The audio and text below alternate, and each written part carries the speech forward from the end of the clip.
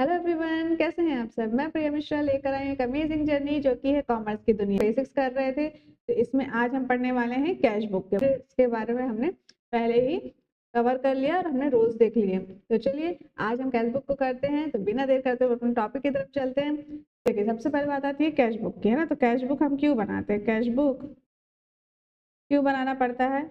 क्योंकि हम इसमें क्या करते हैं, कैश की ट्रांजैक्शन को रिकॉर्ड करते हैं। हम उसको क्या करते हैं, रिकॉर्ड करते हैं ना। क्यों जरूरी है? मान लीजिए एग्जांपल लेते हैं कि जो बंटी है ना, बंटी है। अब इसने बिजनेस ओपन किया है, अपना बिजनेस ओपन किया है। अब उसमें कुछ ये सामान कैश में भी बेचेगा और कुछ क्रेडिट में भी बेचेगा। उधार में भी इसको बेचना पड़ेगा। बिजनेस में दोनों तरह की ट्रांजेक्शन होती है, कैश भी होती है और क्रेडिट भी होती है। अब इसने टोटल सेल कर ली है, मान लो टोटल सेल कर ली है इसने 1 लाख की, ठीक है।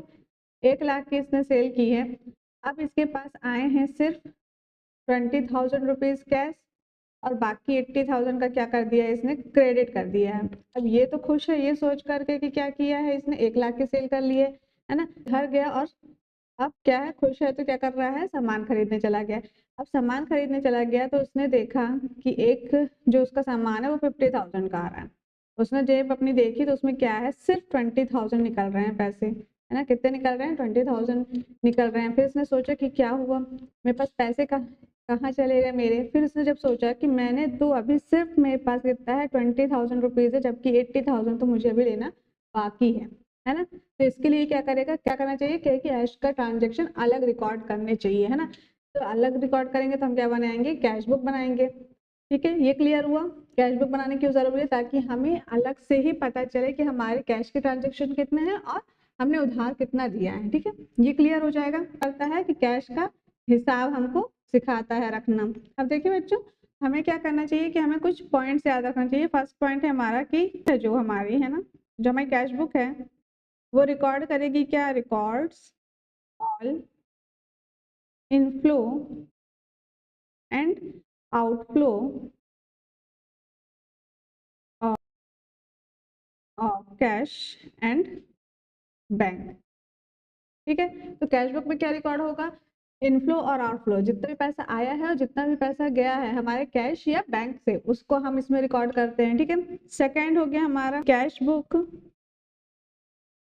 Follows rules of real account, है ना। कैश हमारी क्या है, एसेट्स है, तो इसमें क्या कौन सा लगेगा, रियल अकाउंट का। तो रियल अकाउंट क्या होता है हमारा, डेबिट व्हाट कम्स इन और क्रेडिट व्हाट गोज आउट। यही रूल था हमारा, याद है ना सबको। तो डेबिट हुआ तो मतलब क्या हुआ, इनफ्लो हुआ, मतलब पैसा आया, मतलब क्या है, प्लस है हमारा। और क्रेडिट क्या हुआ, पैसा गया तो आउटफ्लो हुआ, है ना। पैसा चला गया मतलब ये निगेटिव होगा, माइनस हुआ हमारा। ठीक है, ये क्लियर हुआ। थर्ड पॉइंट हम देखते हैं बच्चों कि मेरे पास जो कैश बुक है वो कितने टाइप की है ना। तो टाइप्स ऑफ कैश बुक, तो फर्स्ट है हमारे पास single column, single column cash book, double column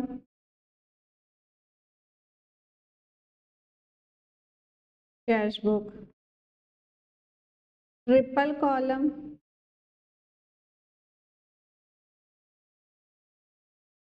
cash book and petty cash book. ठीक है, 4 टाइप्स ऑफ होती हैं, जिसमें अभी हमको सीबीएसई में क्या है, ट्रिपल कॉलम नहीं पढ़नी है, हमको ये 3 पढ़नी है। ठीक ना, तो ये हो गया। हम सिंगल कॉलम कैश बुक को देख लेते हैं, है ना। तो जो हमारी सिंगल कॉलम कैश बुक है तो कैसे बनेगी, तो ये हमारी कैश बुक का फॉर्मेट बनाते हैं हम। तो कैश बुक का फॉर्मेट कैसा होता है, ये है हमारा फॉर्मेट। यहाँ पे आ जाएगा क्या, date, particular, ledger folio, voucher number and amount. ठीक है, फिर date, particular, ledger folio, voucher number and amount. तो ये साइड जो हमारी लेफ्ट हैंड साइड है वो कौन सी है बच्चों, डेबिट है ना, और राइट हैंड साइड हमारी क्या है, क्रेडिट साइड है। इसमें इनफ्लो आएंगे, जितने भी इनफ्लो होंगे वो आएंगे डेबिट साइड, और जितने भी आउटफ्लो आएंगे होंगे वो क्या होंगे, जहां से भी पैसा जाएगा वो होंगे क्रेडिट साइड। ये क्लियर हुआ। अब मान लीजिए अगर हमको ट्रांजैक्शन दिया होगा कि बिजनेस स्टार्टेड विथ कैश, ठीक है, अगर हम इसको मानते हैं जून का, ठीक है, जून 2024, मतलब 1 जून को बिजनेस स्टार्ट किया, तो यहाँ पे क्या आ जाएगा, टू कैपिटल, ठीक है, तो कैपिटल आ गया, टू कैपिटल आ गया, जितने से भी स्टार्ट किया, मान लो यहाँ पे 2 लाख से बिजनेस को स्टार्ट किया है, तो ये हो गया अमाउंट। तो डेबिट साइड हमेशा बच्चों क्या होगा, 2 लगेगा, ठीक है। अब अगर बोला है कि परचेज गुड्स 20,000 है ना, परचेज गुड फॉर ₹20,000, तो मान लो ये जून 1 जून की बात थी, यहाँ पे हम डाल देते हैं 2 जून, तो 2 जून को क्या किया, सामान खरीदा ये, तो क्रेडिट साइड क्या आएगा, बाई परचेज, बाय परचेज 20,000, ठीक है। क्लियर हुआ कि हमेशा डेबिट साइड हम किससे शो करेंगे, 2 से शो करेंगे, क्रेडिट साइड हम किससे शो करेंगे, बाय लिख करके शो करेंगे, ठीक है। मान लो इसी में से 20,000 रुपीज के हमने क्या किया, परचेज किया, अब हमने क्या कर दिया, सेल कर दिया 10,000 रुपीज के अपने गुड्स, तो क्या आ जाएगा, टू सेल्स आ जाएगा। मान लो 3 जून की बात है ना, 3 जून को हमने क्या किया, सेल कर दिया 10,000 रुपीज के गुड्स को। अब मान लीजिए हमने रेंट पे किया, तो 4 जून को हम मान लो रेंट पे कर रहे हैं, तो बाई रेंट है ना 3,000 रुपीज।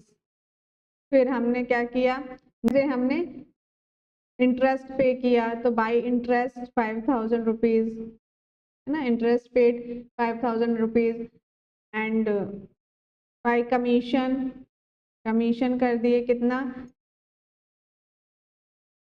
2,000 रुपीज, ठीक है। और यहाँ पे हमको मान लो मिल गया क्या, डिविडेंड मिल गया, डिविडेंड मिल गया, तो कितना हो गया, 5,000। अब मान लीजिए हमने यहाँ पे क्या किया है, मान लो मिस्टर ए को पैसा दिया है ना, तो 20,000 रुपीज मान लो पेमेंट की है, तो आ गया क्रेडिट साइड। वहीं से अगर हमको किसी से पैसा मिला है, तो मान लो टू मिस्टर एम से पैसा मिला क्या हमको, 50,000 रुपीज, ठीक है। तो ये हो गया हमारे क्या, ट्रांजेक्शन, जो इनफ्लो जो हमारे पास पैसा आ रहा है वो सब कहाँ जा रहा है, डेबिट साइड जा रहा है, और जितना पैसा हमारा आउटफ्लो हो रहा है, मतलब हमारे से जा रहा है, वो जाएगा सब क्रेडिट साइड, ठीक है। जब हम पूरी ट्रांजेक्शन लिख लेंगे, क्या करेंगे, थोड़ा सा स्पेस छोड़ के हम क्या करेंगे, हम यहाँ पे अपना अकाउंट को क्लोज करेंगे, ठीक है। ये हुआ, डबल लाइन खींचते हैं अकाउंट बंद करने के लिए, ठीक है। अब इनका टोटल कर लो, सब पहले डेबिट साइड का टोटल करते हैं, तो डेबिट साइड का टोटल करिए, कितना हो गया, 2,65,000 हो गया है ना, तो 2,65,000 हमारे पास इस साइड का टोटल हो गया। हमें ये दिख रहा है कि यही ज्यादा है इस साइड से, ठीक है, और इधर का कितना हो जाएगा, 50,000 हो रहा है, तो 50,000 65,000 से 50,000 जाएगा, तो हमारे पास कितना हो जाएगा, 2,15,000 आ जाएगा, है ना। तो ये साइड हमारी कम है, तो यहाँ पे हम क्या लिख देते हैं बच्चों की, बाई बैलेंस CD, है ना, कितना थाउजेंड था हमारा, 2,15,000। अब इनको टोटल करेंगे तो कितना हो जाएगा हमारे पास, 2,65,000 हो जाएंगे, ठीक है। तो दोनों साइड आपको क्या करनी है, इक्वल रखनी है, तो जो भी बैलेंस होगा जिस साइड भी, हम उस साइड लिख करके दोनों अकाउंट को क्या करेंगे, बैलेंस कर देंगे, ठीक है। इसके बाद बच्चों जब हम नेक्स्ट मंथ का बनाएंगे, जून था, अब हम जुलाई का बनाने जाएंगे, ठीक है। जब हम जुलाई का बनाने जाएंगे तो हम क्या करेंगे, जो ये अमाउंट है हमारे पास, तो हम यहाँ लिख देंगे अपने जुलाई के मंथ में क्या, टू बैलेंस BD, मतलब ब्रॉड डाउन, है ना, जितना भी था, तो 2,15,000 आ जाएगा हमारा अमाउंट। जब हमको क्वेश्चन में दिया होगा कि बिजनेस स्टार्टेड विथ कैश, तो हम क्या लिखेंगे, टू कैपिटल लिखेंगे, और जब हमको दिया होगा कि कैश इन हैंड दिया, तो हम क्या करेंगे, टू बैलेंस BD कर देंगे, और जो भी अमाउंट होगा वो कर देंगे। इसका मतलब है कि वो पिछले मंथ का, प्रीवियस मंथ का अमाउंट है जो हमारे पास बचा था, ठीक है। ये क्लियर हुआ, ये था हमारा कैश बुक। अब देखिए जो सिंगल कॉलम कैश बुक थी ना, तो हम फोर्थ पॉइंट लिख लेते हैं, हमारे सिंगल कॉलम कैश बुक में क्या होता है, सिंगल कॉलम कैश बुक में हमने क्या देखा कि सिर्फ ओनली रिकॉर्डेड कैश ट्रांजैक्शन है ना, cash inflow and outflow transaction, cash transaction record हुआ है।